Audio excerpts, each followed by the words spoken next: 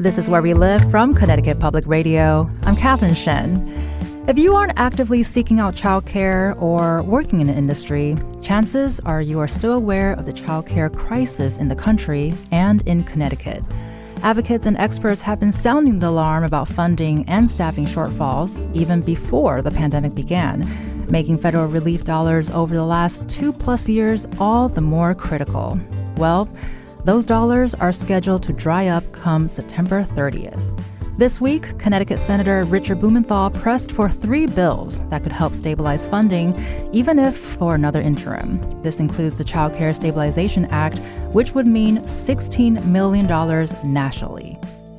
Childcare was in crisis even before the pandemic, but the pandemic has brought it to the brink of collapse. We need to make sure that a childcare system literally on the brink of collapse, on a fiscal cliff, is saved for those thousands of children in Connecticut and childcare workers who may be deprived of facilities that right now are ongoing and that will lose money at the end of this month. That's $16 billion under the proposed Child Care Stabilization Act. And with this short-term hurdle or cliff ahead, what's next for early childhood educators in Connecticut? And what are the longer-term solutions? Here to discuss is Connecticut Office of Early Childhood Commissioner Beth Bai. Thank you so much, Commissioner Bai, for being on the show this morning. Thanks for having me, Catherine. And for our listeners, let us know if you have recent experiences with finding childcare or are you an early childhood educator? Let us know, 888-720-9677. That's 888-720-WNPR, or find us on Facebook and Twitter at Where We Live. So, Commissioner Bai, I want to ask, how steep is this cliff, and how many programs do you estimate will be affected at the end of the month? We have some stats here that show us, based on the Century Foundation, they estimated about 3.2 million children will be directly affected nationally. Yeah, it's a really good question. Well, in Connecticut, we have about $240 million, almost $241 million, that we have had to use in ways to stabilize childcare in Connecticut. And in Connecticut, the last of those payments are going out last week and this week. The governor and legislature approved that $23 million in the federal dollars would go directly to programs in high-need communities, starting available in July that went through a process that's going out now. So in Connecticut, there is some stabilization going out as we speak, but that is the end. It has to be out by September 30th. And then all that extra funding, the $241 million, ends, and all that's left is discretionary, much of which has been obligated through September of 2024. And so we know, of course, this is not a new problem. So what sorts of strategies or preparations are in place at the OEC to help fill in the funding gaps?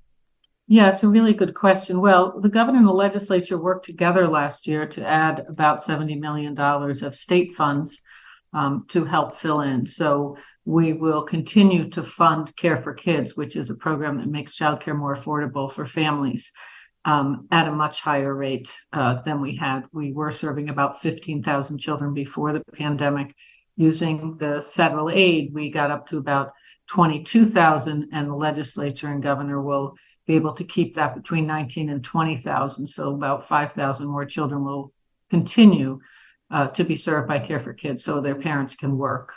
So that's one way we filled in. We also increased with state funds the rates at state-funded programs, which serve infant, toddlers, and preschoolers, about 16,000, because those programs were really struggling fiscally.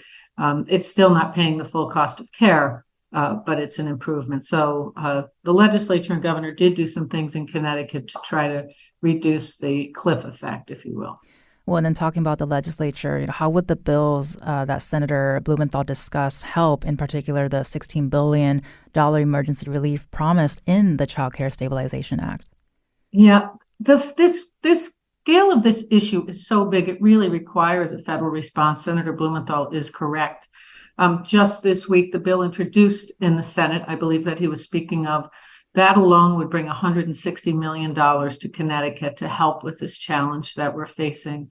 And 160 million would really allow us to serve more families with childcare support, and also to provide more stabilization to keep programs open. So it would be a significant investment. And as he said, it's really needed. It's not a question of, oh, this would be nice. We've been able to maintain supply in Connecticut only because of the federal relief dollars. Well, and then talking about how this is not a new problem, we have Merrill Gay, who is the executive director at Connecticut Early Childhood Alliance, who called this a predictable calamity and also pointed to the long-term crisis on top of this short-term calamity. So how are you thinking about that in a long-term basis? Yeah, I'm really glad you asked. Well, Governor Lamont sees this as a significant long-term problem.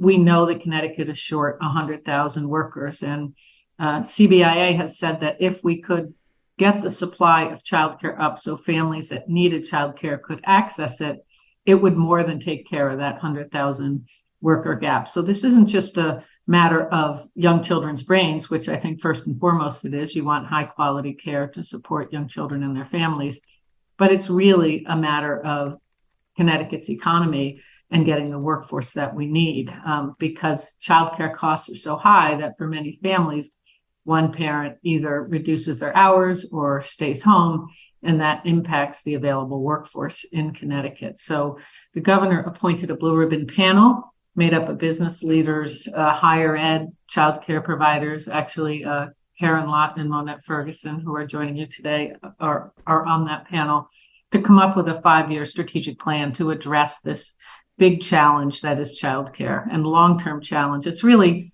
the first time we've dug this deep, had this broad process to bring people in. And we've heard from more than 2,000 folks out there, parents, advocates, providers, giving us advice about what we should have in that plan. Well, I think you've been reading my mind, Commissioner Bai, that I was just going to mention that later on we will be hearing from early childhood educators in New Haven, Hartford, and Bridgeport. So we know Hartford recently had a surplus of childcare seats while New Haven is actually short. Can you talk about this difference? Yeah, there are differences by community. Virtually every town in the state has a shortage of infant toddler spaces. Some communities have a surplus of spaces for 3 and 4-year-olds.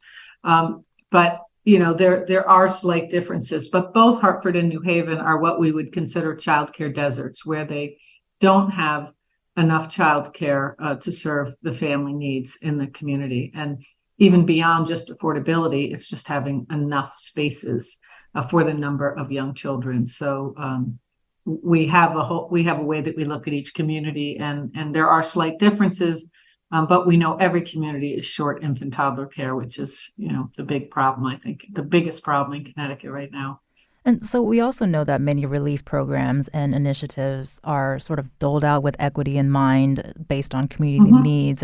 But how do the spectrum of business models factor into equity considerations? For example, are for-profit businesses' finances and circumstances a factor weighed against nonprofits who might be struggling in different ways? Yeah, what we have done both with the grants that we've sent out to programs and even with assigning new infant toddler spaces is we're looking at something called the Social Vulnerability Index. That is, we are sending additional funds to towns that have more resource challenges, where families have more resource challenges, because we found during the pandemic that those were the places that had the hardest time attracting and keeping a workforce, which is the sort of core issue in early childhood right now. And we also, as we assign spaces, looked at childcare deserts. So where there were deserts is where we look to build more capacity. High need and desert were sort of our the two ways we scored the applications to assign new spaces. So we really have been intentional both about equity, and it's not like we sent the same to everyone. We really looked at the circumstance of the program. And so most of the for-profit centers are not located in high need areas. So while certainly they got some of the grants, they got less from each grant. And then this last round was really targeted at higher social vulnerability index communities. And so we know that family childcare homes are one for-profit model that's also vulnerable. However much those businesses were resilient in those early stages of the pandemic, which helped keep the sector afloat in some ways. Let's listen to Jessica Sager with All Our Kin out of New Haven. Each of these small businesses is really holding a whole neighborhood together. And every program that we lose will cost so much more to rebuild. Family childcare educators operate on incredibly thin margins. And sometimes what happens is that if a family cannot pay, or isn't eligible for subsidy, educators will just take the hit and take families on a pay what you can basis, incurring enormous financial hardships for themselves. In addition, because they're self-employed small business owners, it's very hard for them to get access to things like healthcare and retirement benefits and all the things that we know are important for health and longevity and stability. So with the points that Jessica is raising, we'd love to know what your thoughts are about family care homes, Commissioner. Yeah, in Connecticut, we've really leaned into family childcare as part of our childcare solution. We believe in this public-private system that we have in Connecticut.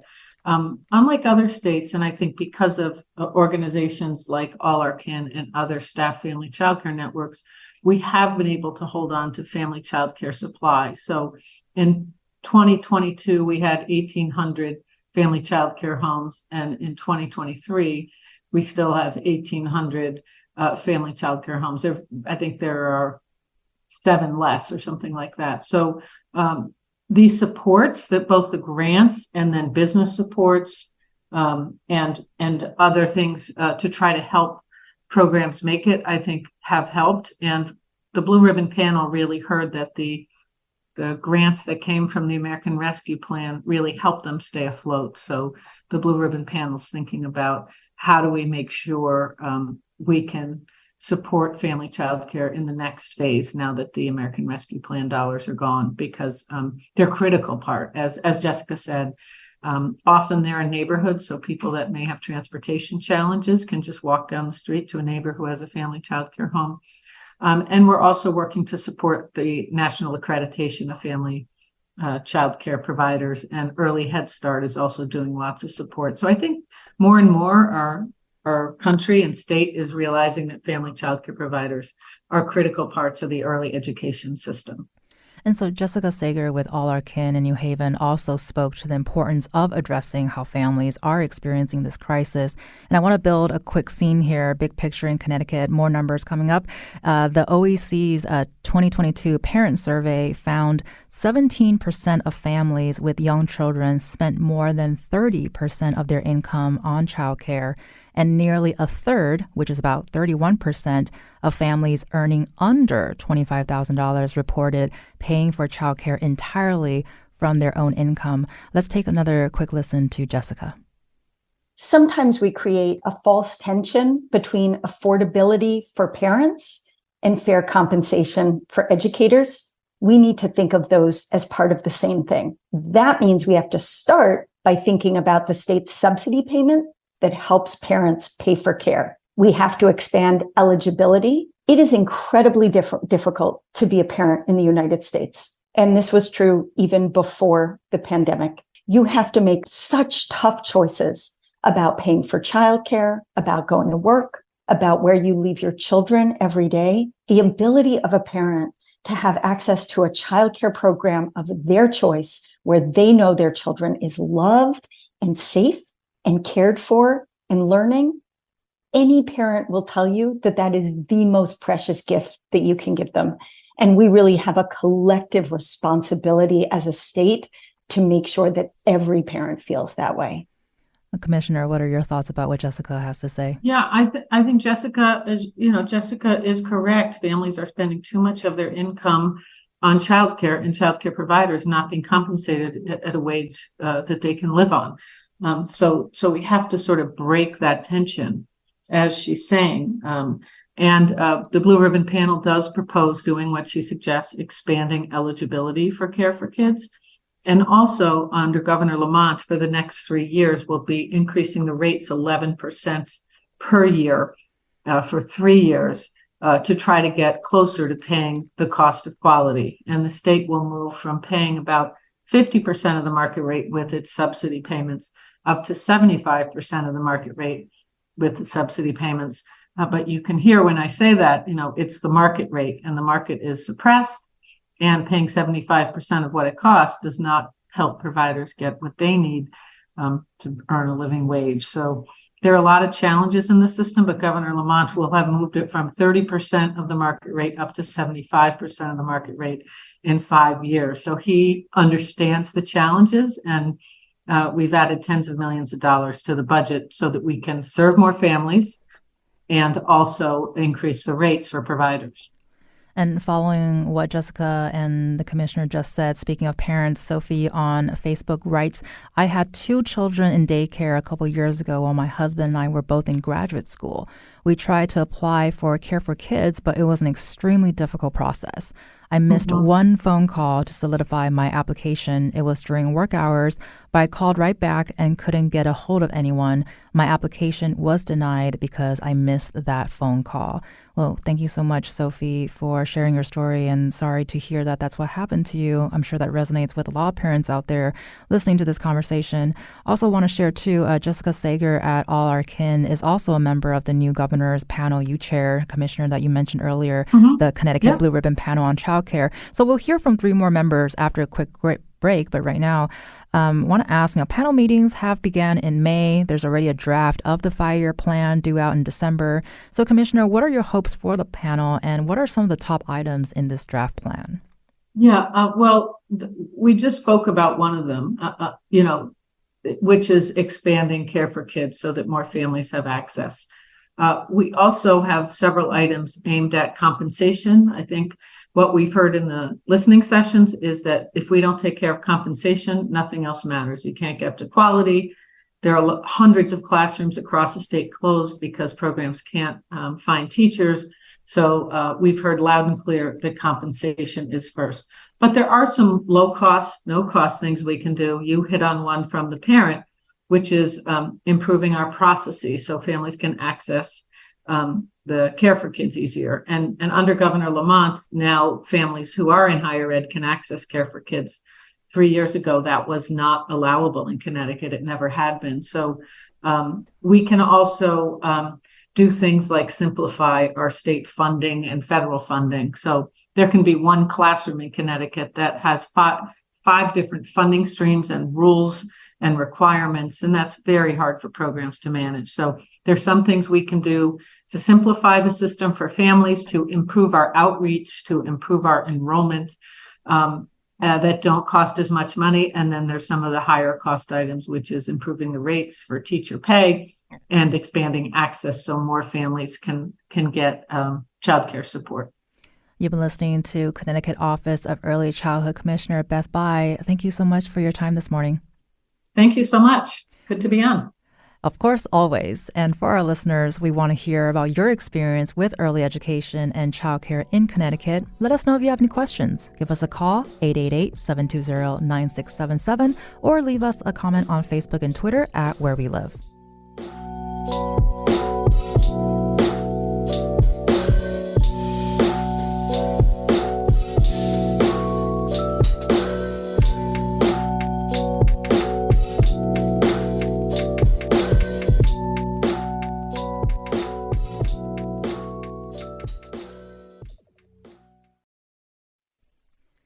This is Where We Live from Connecticut Public Radio. I'm Catherine Shen. We're digging into the long-standing childcare crisis in Connecticut, which advocates say was a conundrum even before the pandemic began. Do you have questions or concerns about early education and childcare in Connecticut? Give us a call, 888-720-9677. That's 888-720-WNPR, or find us on Facebook and Twitter at Where We Live. And joining us now to discuss are 3 members of the governor's recently formed Blue Ribbon Panel on Childcare. We have Dr. Monette Ferguson, who is the Executive Director of the Alliance for Community Empowerment in Bridgeport. Dr. Ferguson, welcome back to the show. Good morning. Thanks for having me. We also have with us Karen Lott, who's the Executive Director at the Women's League Child Development Center in Hartford. Thank you so much, Karen, for being with us. Thank you for having me. And we also have Alex Schiavone, who is the Executive Director of the Friends Center for Children in New Haven. Welcome back, Alex. Hi, thanks. Nice to be here. I'm actually on the advisory panel, the stakeholder advisory panel that for the Blue Ribbon panel. I'm not on the panel itself. Gotcha. Just to be clear. Great. We will add that for sure. Thanks for letting us Thank know. you. I want to start with Dr. Ferguson. Thinking big picture about this crisis and its solutions, there is a sense that it really is all sort of wrapped up in staffing and also the need for higher or more competitive wages. Is that really at the crux of this conversation? Absolutely.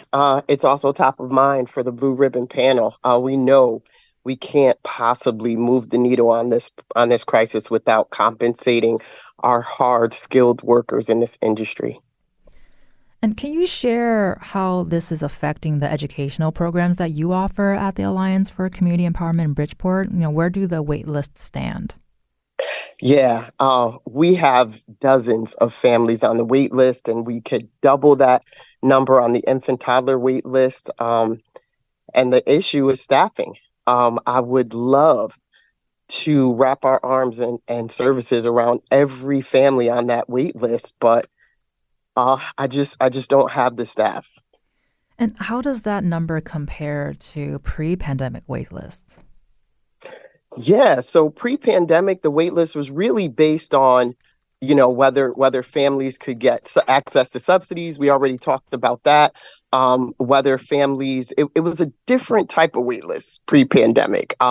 We were 100% staffed pre-pandemic, but the pandemic did something detrimental to an already, fragile, I would say, as one of my peers, my advocate peers, Merrill Gay would say, industry. So here we are, folks are, I hesitate using the word post-pandemic, but we're at a different phase in the pandemic, and it's all about staffing. So that wait list is not moving as quickly as I'd like it to. Now, Blue Ribbon has honed in on, like I said, wages, but we're also talking about system issues around credentials and how we view these important educators and how we could use their skills and knowledge to not just pay them what they deserve, but also restaff this industry.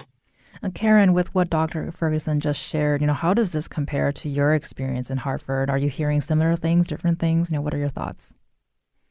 So the day-to-day experience, lived experience, is very much as Dr. Ferguson has stated. We, prior to the pandemic, always had a wait list. Now our wait list we really see the wait list for our infant and toddler slots. And even though we've increased our capacity to serve more infants and toddlers, there are still lots of families in the community who are working and looking for infant and toddler care. I think what is important for people when people hear this conversation about the staffing shortage is to know that we're an industry that is governed by ratios. So by our licensing division, we can only have a certain number of children per teacher. So that is what complicates our ability to bring more children into program. We want the children in the program. We know they need to be with us and we want to serve them and their families, but without the proper number of staff, we're just unable to do that. And Karen, how does the nonprofit or state-funded status affect how you're able to address these challenges? And why is that an important part of the conversation? So the Women's League is a nonprofit organization, and we are also very heavily, primarily a state-funded program. I see that as being a definite positive in terms of working with the OEC around resources for teachers in terms of professional development and training, the support that we received during the pandemic, the stabilization funds that were based upon, that looked at equity factors such as the social vulnerability. Those things have worked so much in combination to help us stay afloat. And so I know that my issues that I face as a nonprofit state-funded program are different than what other programs face. And Alex, I want to bring you into conversation. Meanwhile, in New Haven, you've said shortages have created a childcare desert, and we'll get to some of the solutions that you come up with in terms of finding new spaces and even housing. But first, can you sort of walk us through where things stand for you right now? Yeah, thanks. at the moment today, if we think about sort of what my role is, just to give you an idea of sort of the staffing situations that we're facing, like I'm trying to find emergency housing for one teacher, affordable car for another, food subsidy for a third, and rent money for a fourth. That's in addition to navigating everything that Karen and Dr. Ferguson mentioned about our wait lists and parent needs and child needs. Our staff, the foundation which they build their lives on is really so unstable because of the compensation and wages that they have been receiving. In Connecticut, it's like $34,500 per year is the average salary for an early care and education teacher. And that's including people with BAs who have years and years of experience. We've been doing this for so long that we have this workforce that is completely unstable in that way, fiscally. And so the things that come out of that are desperation. And we have to, I love that the Blue Ribbon Panel has put this as a top priority, because compensation is the key. If we do not change this analogy and compensate people in a professional and livable way, we are going to continue to have these huge shortfalls in our system. And we were also just talking about wait lists for different organizations in different cities, both pre-pandemic and sort of at this moment. Where do wait lists stand for you, Alex? Yeah, we have hundreds of people on our wait list, and I echo the infant toddler side of the world. We can fill an infant toddler spot within 2 hours. It is there is such desperation, and it's so pervasive that I can have families call me to tell me that they're pregnant before their extended family knows, or even their immediate family. So imagine that you have to tell a total stranger that you're pregnant before your mom and dad. That's the situation we've created. And then imagine, I have conversations with families who end up telling me they're pregnant before it's really viable, and they will lose the baby and have to have that conversation with me as a total stranger about this really intimate moment in their life, because we've created a system that is not designed for the user, right? I mean, that's just a really pretty remarkable thing to think about in the system that we've designed. Right. And I mean, the fact that you said that just now here, I wonder if that's something that you've experienced before. What are your thoughts about how this crisis is hitting parents? Is that something that you've experienced before, or is that a fairly new kind of thing? So the crisis for early care and education and the need has been there since I've been operating in Connecticut. Or I'm a fourth generation Connecticut person, so right. I have seen this throughout my career and throughout our family when we talk about it. But sure. So it's not new. The pandemic has exacerbated all these things, right? So we were in crisis before the pandemic. We had received these stabilization funds, which is sort of how we started this conversation, which allowed us to maintain the crisis, basically, right? It didn't fix anything. It didn't fix the system. It just sort of maintained where we were. And now other industries in our society has sort of evolved. I liked how Dr. Ferguson said post-pandemic, we're still in it. It's not really post. It's sort of a new phase of the pandemic. And we've been unable to adjust. We can't Zoom with babies.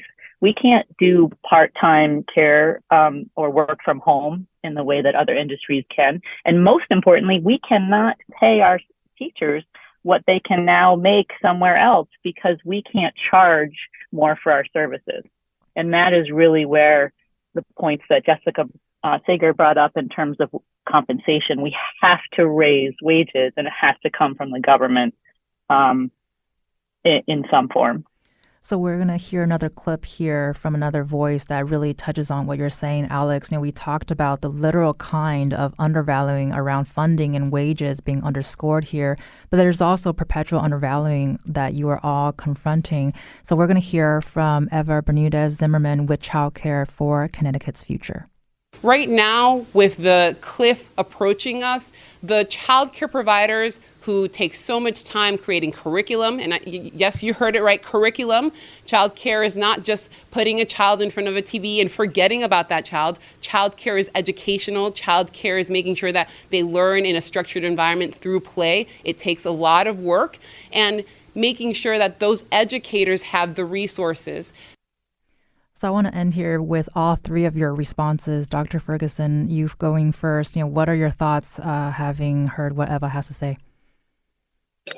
Yeah, I mean, this is an industry that has been neglected on so many levels for decades. We know that childcare, even though those words seem very simple, it's a very complicated, complex process. As Beth said earlier, we're talking about the development of children's brains. We're talking about resourcing families with life-changing resources, meaning childcare, that they can elevate out of poverty and maintain a lifestyle that is their best life. So when we think about a complex situation and a complex process like childcare, I think sometimes folks get it a little twisted. And there is that stereotypical scenario of a child in front of a TV. We have long surpassed that visual. When I think about the dollars that Alliance invests in professional development and critical thinking tools and opportunities for our staff so we can develop those brains in a smart way, I'll say they are ready for kindergarten and better yet, ready for the world. It's important to think about the level of investment we need to make in this process. And Karen, what are your thoughts with what Eva and Dr. Ferguson has to say? With my staff here at the Women's League, I tell them all the time, we are brain builders. And what we are doing for children that come to us at 3 months of age and stay with us until they're ready to go off to kindergarten is at the most critical point in time in their lives. And that we have the opportunity and we have the awesome responsibility to put children on a trajectory for success, academic success and social emotional success.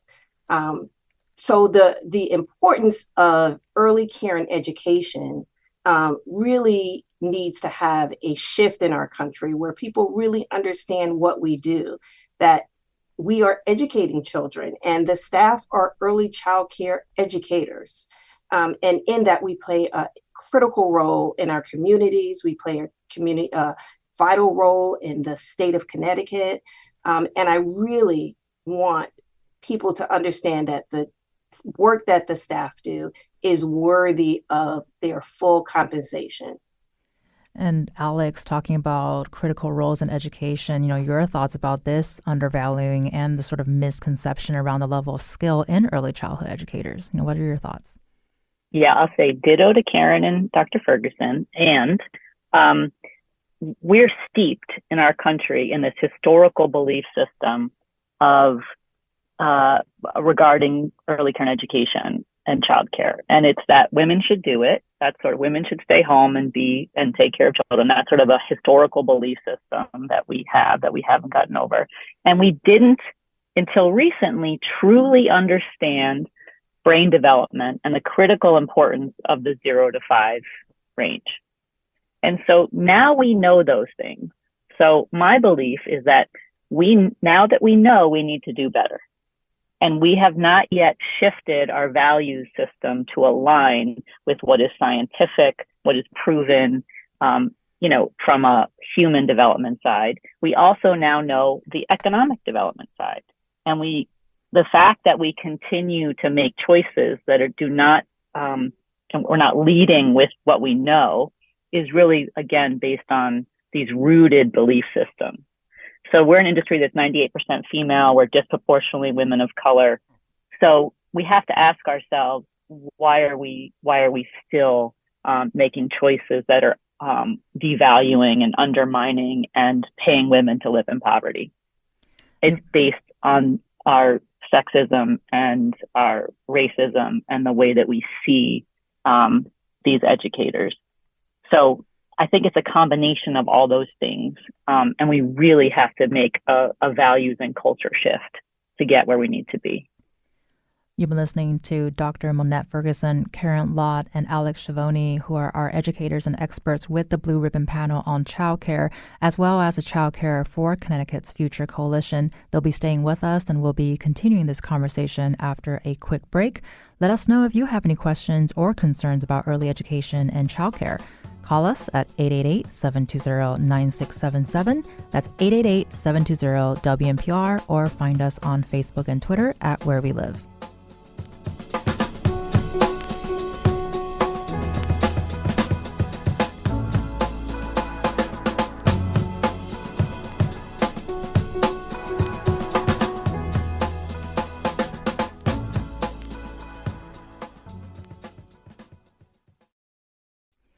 This is Where We Live from Connecticut Public Radio. I'm Catherine Shen. Back with us to continue this conversation around childcare in Connecticut is Dr. Monette Ferguson, who's the Executive Director of the Alliance for Community Empowerment in Bridgeport. We also have Karen Lott, who's the Executive Director at the Women's League Child Development Center in Hartford, as well as Alex Schiavone, who is the Executive Director of the Friends Center for Children in New Haven. So Karen and Dr. Ferguson, you're both on the Blue Ribbon Panel for childcare. Dr. Ferguson, what has it been like to sort of start putting this 5-year plan together?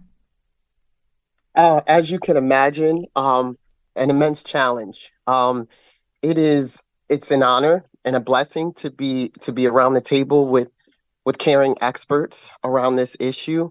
But the issue is big, and it's lingering. It's been around for a long time, and we know with issues of this magnitude, it takes time, and it also takes systematic change because it's a systematic breakdown. So Blue Ribbon, sanctioned by the governor and led by Commissioner Bai and some other fantastic partners across the state, has been a great start to really tackling a big problem. And Commissioner Beth Bai shared with us earlier that some of her top priorities include compensation and staffing. So Dr. Ferguson, what are some of your top priorities in this drafted plan? Yeah, those are my top priorities. Thank you for asking. If I don't have a well-compensated workforce, I don't have a workforce. And if I don't have a workforce, I can't do the great work of educating and helping to raise the children of Connecticut as my peers do. Parents need to work. Parents need to know that their children are safe and loved and nurtured. And without a well-compensated workforce, we're creating choices that we don't really necessarily have to create in this space. So the Blue Ribbon priorities, thankfully enough, are also my priorities. And Karen, what has your experience been like, and what are your hopes for the drafted plan? So I think one of the incredible things about the Blue Ribbon Panel and having the opportunity to serve on the panel is that it has brought a cross sector of people together, from not only just from early care and education, but from the business sector. It's brought the public schools representatives to the table to be a part of this panel. And so for me, it feels like a very comprehensive, collaborative piece that are bringing a lot of people to the table who perhaps in the past did not have an invested interest or a direct correlation to what was happening in early care and education. So it's awesome to see these minds come together and realize the importance of early care and education and how it touches all components of our communities. And yet to bring that brain power to the table to say, these are some solutions that we think we could work to put in place in support of a renewed, for lack of a better word, a renewed childcare system in the state of Connecticut. And as far as the priorities, I think they're spot on. I agree with Dr. Ferguson. Workplace compensation of teachers is critical. And we need to do that in a way that not only provides additional funding for teachers in terms of pay, but also increases opportunities for them to improve their toolkit, to improve their skills as teachers. So I am very honored to be on the panel, and I think the work is going in the right direction, particularly as we have been learning about what other states are doing to tackle the very same complicated issues around early care and education. And Alex, we've been talking a lot about priorities. We'd love for you to share about some of the innovations that you've made in New Haven. You're in the process of taking over a movie theater. Can you talk to us about that? Sure. Yeah. We are so excited. So as we talked about before, New Haven is a childcare desert, especially related to early care and to infant toddler.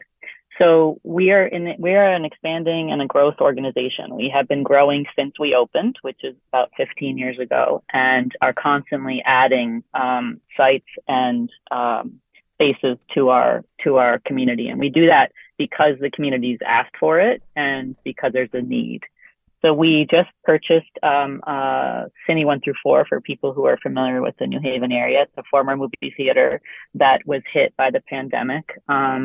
And it is 2 acres of land, which is very hard to find in a city, as you can imagine. And when you think about childcare space and infrastructure for childcare space, we need outdoor space. So cities become difficult places to find outdoor green space. So this was an opportunity to provide, 80 infant toddler slots and outdoor space for children and families in the New Haven area. So we're really excited about that expansion opportunity. We, as a program, we are a sliding scale program, like Karen mentioned in her program. Most of our spots are state subsidized spots. We also enjoy our partnership with the state and believe it is a really critical public good that needs to be reinforced across the entire state and in all early care and education settings. So we're excited to be partners with OEC in this expansion. And with what you're doing too with that space, you've also found ways to offer housing to some teachers through a partnership with the Yale School of Architecture. Here's an obvious question, but why was this so important to do? Yeah, so when we've been talking about compensation, we were struggling with the same question that really the entire nation and the Blue Ribbon panel is struggling with, which is how do you compensate teachers more without raising parent tuition, because they're already paying more than they can afford, and in the absence of significant federal and or state investments. And so that's the essential question that we were thinking about, and we could not figure out how to do it. We could not raise teacher salaries. We just didn't have it in our budget. So we attempted to tackle the issue from a different perspective, which is how do we then lower their costs? How do we remove expenses for them if we can't give them more cash, which should be the thing we'd like to do. And so we surveyed our teachers and we said, what are your 4 biggest expenses? And at the time, which was in 2020, we had 29 educators and only 1 of them owned their own home, which is a statement in and of itself of the way that we have neglected to invest in our workforce so that they can then have a sustainable, life path where they can purchase their own home and have the transfer of wealth in their family through the transfer of property. I mean, it really was a remarkable finding. And so we decided to create a system where we could provide free housing with the intent that the educator would then have a savings so that they can save funds and eventually buy their own home. So it is a path to home ownership. We currently have 6 educators who are living rent-free. There's 7 adults and 7 children now who are housed in our housing. And what it does is it takes a teacher's salary and then automatically increases it by whatever the rental amount. And market rents in New Haven are exceptionally high. We're having a housing crisis across the state as well. So it tackles 2 issues at the same time. And we're really excited about that. And the partnership with Yale that you mentioned is allowing us to expand our plans because the Yale School of Architecture are designing and then building homes with the teachers. So it's just an amazing initiative that we're really excited about. And most importantly, it gives teachers a higher salary. And so I think with what Alex just shared, it's certainly not a new problem, and I think it would resonate with a lot of people. Dr. Ferguson, we know you've dealt with similar issues when it comes to paying staff. Do you have any solutions that you can share with us that you've made to keep people on or are planning to? Yeah, I have to say the stabilization funds that we've received from OEC since the onset of the pandemic have allowed us to give bonuses and maintain some of the folks that we started with. Not all, but some. In addition to that, we are also federally funded. So the feds have saw fit in the last fiscal to give us a cost of living raise, which was at about 5.6%. So we were able to give that right over, to pass that right through and give that right over to staff. I know it's not a lot, but it was a little something that we could offer. OEC also saw fit to establish a cost of living increase. So incrementally, little by little, we've been able to increase salaries, nowhere near the federal investment that we'd like to see made to really, really help evolve our staff out of poverty. As I'm sure my peers understand, it is insane that my staff members qualify for the same programs that they work hard to evolve their families out of. So we want to reverse that trend, which is so, to me, just despicable.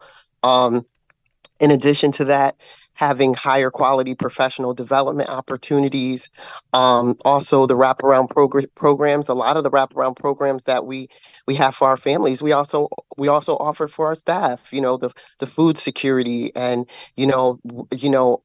all types of transportation incentives and things of that nature that we've tried to uplift and infuse into our staff to make it a little more attractive to stay with us as we work this situation out. So we have a little under 2 minutes here, but I would love a quick final thought from each of you, starting with you, Dr. Ferguson. Anything you'd like to share with our listeners? Yeah. I like to say thank you for having me. Also, Of course. extremely optimistic about the future. I have to say I've been in this industry for 20 years. I was a Head Start kid. And I have to say that without programs like the ones that we lead across the state, the future is pretty dim. So working hard to reverse these trends and to uplift this industry is an honor and a privilege. And I'm happy to be here to talk about it with my peers. Thank you. Alex, about 30 seconds. What do you have to say? Just what an amazing opportunity we have before us. Connecticut can make an investment in the childcare system that can single-handedly increase family income, increase the state economy, reduce child poverty, reduce the achievement gap, reduce social service spending, solve the labor shortage. And if we're really thoughtful about the way we do it, such as using physical infrastructure, creating workforce housing, we can impact the housing crisis as well. Agree with Dr. Ferguson. Happy to be here, and thank you for the time. And Karen, likewise, 30 seconds. What would you like to share?